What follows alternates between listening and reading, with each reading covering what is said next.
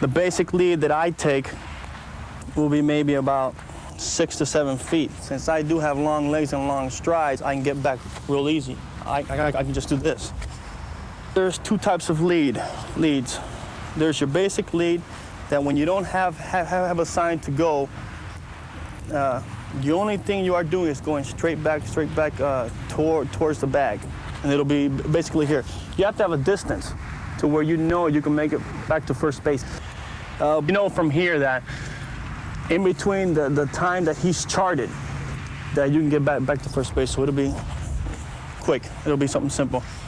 Now, something that when you have a green light, okay, usually when you have a green light, you'll take a little bit of a bigger lead. It's a secondary lead. It'll be about this much. When you get out this far, you are taking a chance, especially with base runners. Pitchers have it in their mind that you do have the ability to steal a base, so they're going to keep throwing over and throwing over. A lot of times you can pick up keys. He might have a glove motion that he usually uses, or he might look over towards you and then his head will go forward and then you can steal. But a lot of times it's extremely difficult, so that's where it counts to have a chart. What I do to steal bases, first thing, you cannot give the pitcher an indication that you are trying to steal a base. Sometimes you give an indication, either leaning. If you lean, basically you have your weight transformed forward and it's hard to get back. So basically what I do is if I have my weight centered, so I can go either back or forward. If you're leaning, first move you have to do is get your weight centered again and go back to first base. What you want to do is keep your weight centered here. What you try to do is you watch him, you go on his first movement. Now from here, all it takes is footwork. That's why I do some weightlifting to work on your upper thighs, your hamstrings, and the whole works. From here, it'll be the first movement. You take off quickly. Now, when you take off to second base, there's a correct way of doing this. There's an incorrect. I'm going to show you the incorrect way. First thing you don't do is you don't pop up, because there you're wasting time. Your first motion, if you pop up, you're wasting a stride already, because first of all, aerodynamically, it's tough. It's tough for you. The lower you stay, the easier it is. Your first movement should be thrusting forward and staying down low. Stay down low, your weight is forward, and it'll carry you towards second base. Your first couple steps will be shorter than after, probably about your first 20 feet will be short, quick steps. And then after you can bring out your strides. Say for example, I'll start off here short. When you get here, you start striding out. Basically because it's a lot quicker.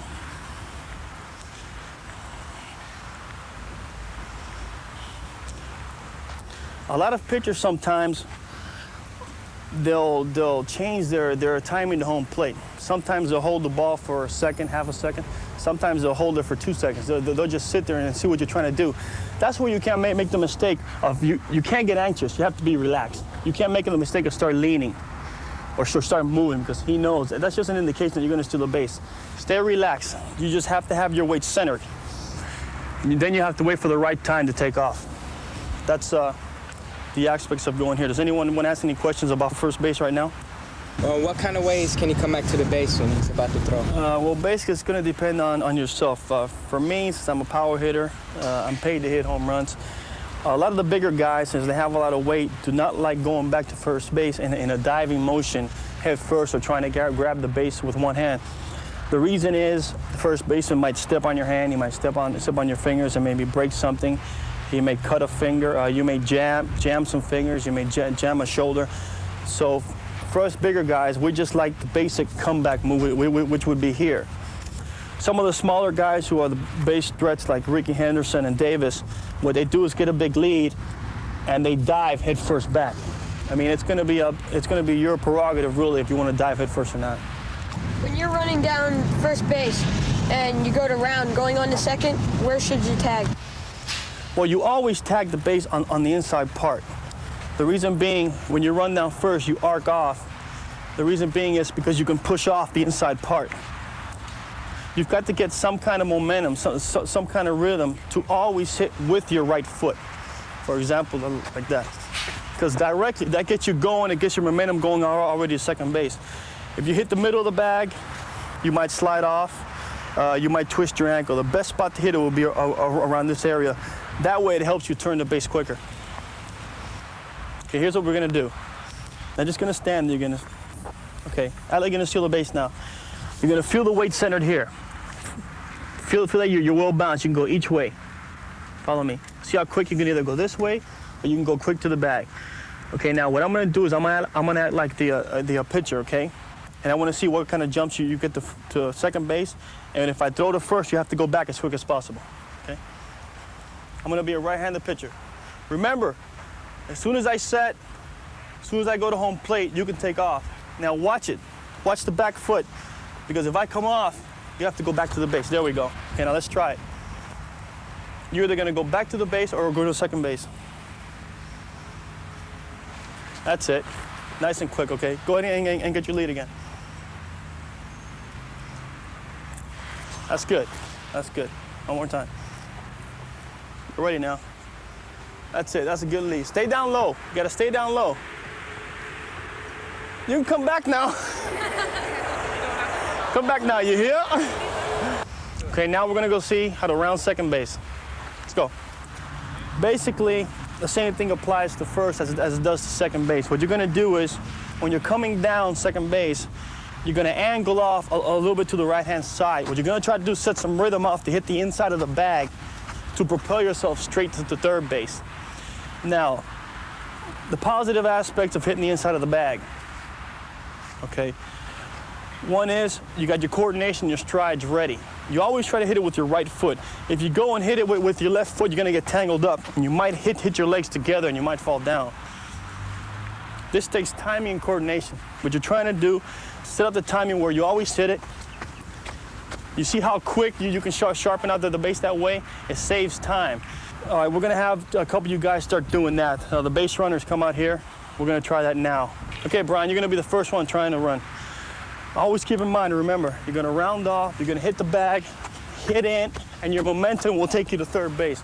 Always stay down low, because it keeps your momentum in front of you and it makes you a lot faster player. A lot faster runner. Go ahead, try it now. Let me see what you got. Hit the inside. There we go. Good one. Come on, where's your other base runner? Who's the base runner? Christy, come on. Try it now one time. We're gonna go behind each other. Try it now. You're gonna start off in this corner. Remember, you're gonna hit the inside of the bag with your right foot. Set up the rhythm where you can do it. Go ahead. There we go. Now lean forward. There we go. Try it again. Start from back here some, bro. Try it now. Go ahead. There we go. You're always gonna come. You're gonna have your stride set up. You're gonna hit inside. You're gonna go down low towards third base. Okay? Now what we're gonna go through is stealing third base. What I like to do is, best way stealing third base, getting your regular lead. Watch, you have to watch the pitcher's motion. The pitcher will be in his wind up here.